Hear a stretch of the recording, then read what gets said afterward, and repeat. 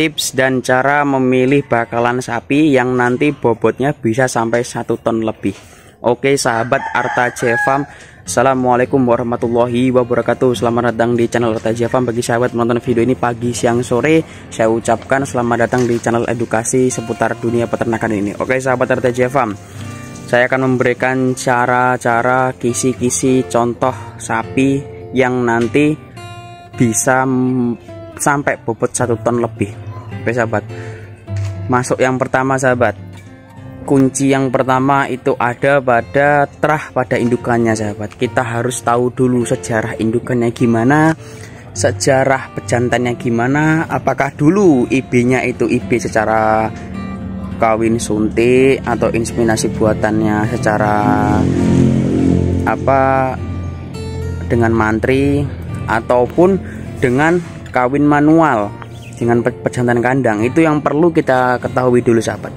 Pertama, terah riwayat genetik, karena genetik ini sangat berperan penting sahabat bagi kelangsungan dan pertumbuhan sapi, karena yang mendorong sebuah pertumbuhan sel-sel DNA dan kromosom itu ada pada terah genetika. Oke sahabat, yang perlu kita garis bawah itu tadi sahabat, apakah kawin secara IB dengan mantri ataukah kawin secara manual dengan pejantan kandang.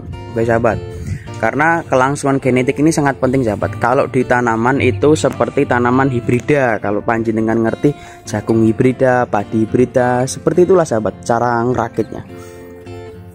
Apakah dia cross dulu, dijadikan inbreed baru jadi hibrida gitu loh sahabat, kuncinya sahabat.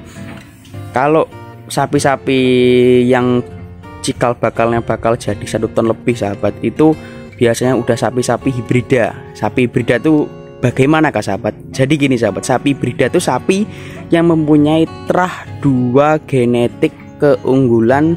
Jadi 2 genetik ini mempunyai 2 masing-masing keunggulan gitu loh sahabat.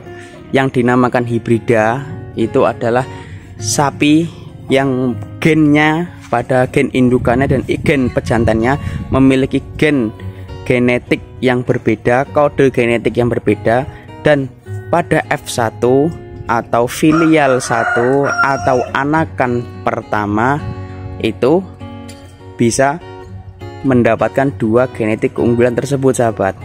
Contoh, nanti genetik pada indukannya ini perutnya bulat, panjang tapi pendek. Nah, pada terah genetik bapaknya panjang, bulat, tinggi. Nah, nanti akan ada perpaduan pada 2 genetik tersebut sahabat.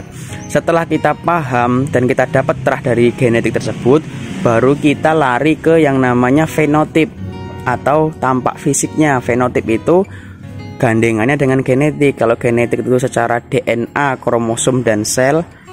Nah, kalau fenotip itu secara fisik. Oke, secara fisik nih sahabat, kita lihat dulu pada tunggak bagian kaki.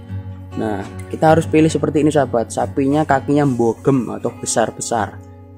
Setelah pada kaki, pondasi kaki ini sangat penting sahabat. Kenapa kita harus memilih sapi yang kaki pondasinya besar? Karena nanti kalau dia sudah berjalan pada bobot 8 ton ke 1 ton, itu kalau kaki-kakinya ini lemah, sapinya mudah ambruk sahabat. Tapi kalau kaki-kakinya dari kecil udah besar-besar kayak gini, itu udah jaminan sahabat, seketika nanti udah bobot 1 ton itu udah bagus sahabat pondasinya. Yang kedua pada bagian panggul sahabat. Nah, pada bagian panggul seperti ini dia melebar sahabat. Setelah pada bagian panggul melebar, pada bagian perutnya kita nilai dari panjangnya, terus segi bulatnya perut. Yang ke selanjutnya bagian kepala sahabat. Bagian kepala itu jangan kita milih sapi dengan kepala yang kerucut atau kepala yang segitiga, ciut. Jangan sahabat. Kalau bisa kita cari sapi yang sapinya itu sapi bogem, kepalanya kepala bogem, atau kepala, kalau orang Jawa kepala babi. Jadi kepalanya itu oval, bantat gitu sahabat, besar, jadi tidak ngerucut. Yang selanjutnya adalah apa sahabat? Kenali pakanan sapi sebelum kita beli.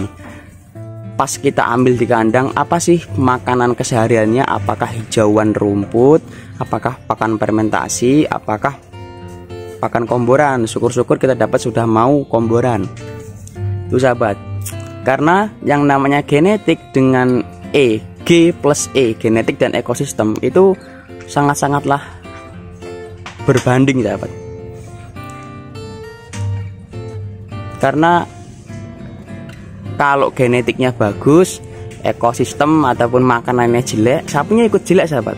Tapi kalau genetiknya udah bagus, ekosistemnya atau G plus E, ekosistem tadi, ekosistemnya, cara makannya, pola makannya, asupan nutrisinya itu bagus, itu nanti akan menunjang sangat pesat sahabat, signifikan penunjangannya untuk pertumbuhan si sapi. Perlu digarisbawahi sahabat, sapi-sapi pada umur 8 sampai 9 bulan seperti ini itu sangat membutuhkan yang namanya asupan nutrisi, protein, kalium untuk bakal dia tumbuh lebih besar.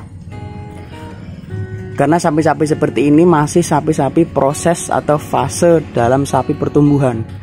Sangat di garis bawahi sahabat, jangan sampai kita lalai telat memberikan protein, nutrisi. Jadi harus benar-benar kita jaga untuk emang sapi itu bisa tumbuh lebih besar.